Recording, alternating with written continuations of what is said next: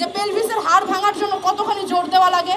মৌমিতার সাথে যে ঘটনাটা ঘটেছে সেটা আমার মনে হয় এতক্ষণে নিশ্চয় সবাই জেনে গিয়েছে। 113টা কামড়ের দাগ ছিল। মৌমিতার শরীর থেকে 150 গ্রাম বীর্য পাওয়া গিয়েছে। তার চোখের মণি ফেটে রক্ত বের হয়ে আসার চিহ্ন পাওয়া গিয়েছে। একই সঙ্গে খুব দুঃখজনকভাবে তার একটি হাতে তার ফিমেল কলিগের ফিঙ্গারপ্রিন্ট পাওয়া গিয়েছে। মানে তার এই গণধর্ষণের সঙ্গে একজন নারীও যুক্ত ছিল যে সাহায্য করে গিয়েছে। এ থেকে আসলে আমরা বলতে চাই যে খারাপ পুরুষ খারাপ নারী এভাবে না দেখে আসলে দুনিয়াটা ভালো মানুষ খারাপ মানুষ এই বিভেদটা আনা উচিত। মৌমিতার সাথে যে ঘটনা ঘটে গিয়েছে, এরকম ঘটনা যে ভারতে এই প্রথমবার বা বাংলাদেশে আমরা কখনোই দেখিনি এমন না। আমরা তনুর ঘটনা দেখেছি, আমরা নুসরাতের ঘটনা দেখেছি। বাংলাদেশে বেগমগঞ্জে এমন একটি ঘটনা ঘটে গিয়েছিল 2020 সালে।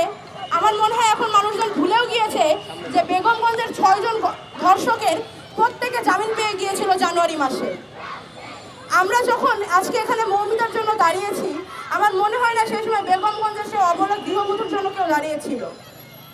আমরা কেন বাংলাদেশের মানুষ ধর্ষণের ঘটনাতে অবাক হয় না? ধর্ষণের ঘটনা শুনতে শুনতে আমরা এতটা অভ্যস্ত হয়ে গিয়েছি, আমাদের মনে হচ্ছে যে ধর্ষণ তো হতেই পারে। আপনারা অনেকে জানেন কিনা আমি জানি না, বহু ধর্ষক আছে যারা ধর্ষণকে কোনো অপরাধ বলেই মনে করে না। এটা ঠিক যেন নারীর প্রতি পুরুষের একটু কর্তৃত্ব দেখানো কিংবা একটু বেচাল চলা নারীকে একটুখানি শাস্তি দেওয়ার প্রবণতা থেকে এই ধর্ষণের মতো ঘটনা ঘটানো হচ্ছে। নারীর প্রতি যদি সমাজের এই দৃষ্টিভঙ্গি না পাল্টায়, সমাজ যখন আমি বলছি তখন শুধু পুরুষকে বোঝাচ্ছি না, সমাজ যখন বলছি আমি তখন সমাজের নারী পুরুষ উভয়কেই বোঝাচ্ছি। একটা নারী আপনারা দেখবেন যে মানে একটা এলাকার মধ্যে দিয়ে যদি একটা মেয়ে একটু মডার্ন পোশাকে বের হয়, এলাকার বয়স্ক মহিলারা তাকে নিয়ে টোন করে, তাকে নিয়ে খারাপ কথা বলে।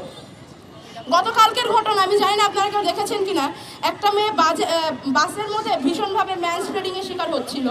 সে যখন সেটা নিয়ে ছবি দিয়েছে, সবাই মানে বিভিন্ন বিখ্যাত পেজ তাকে such a whore, such a slut এই ধরনের শব্দ ব্যবহার করেছে তার নামের বিষয়ে। এখানে এই রাজু ভাস্করকের এখানে এই পাদদেশেই একসময় পোশাকের স্বাধীনতার একটা আন্দোলন হয়েছিল। সেই আন্দোলনটা কেন হয়েছিল, কি থেকে হয়েছিল কেউ জানতেই চাইলো না। সেখানে যে মেয়েগুলো ছিল তারা সেই 2021 থেকে স্লাট শেমিংয়ের মধ্যে দিয়ে যাচ্ছে। ধর্ষণ শুধুমাত্র মৌমিতার মতো করে হলেই যে ধর্ষণ হবে ব্যাপারটা এমন না।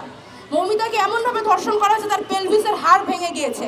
এখানে অনেকজন পুরুষ উপস্থিত আছেন, কেউ কি উত্তর দিতে পারবেন যে পেলভিসের হাড় ভাঙার জন্য কতখানি জোর দেওয়া লাগে?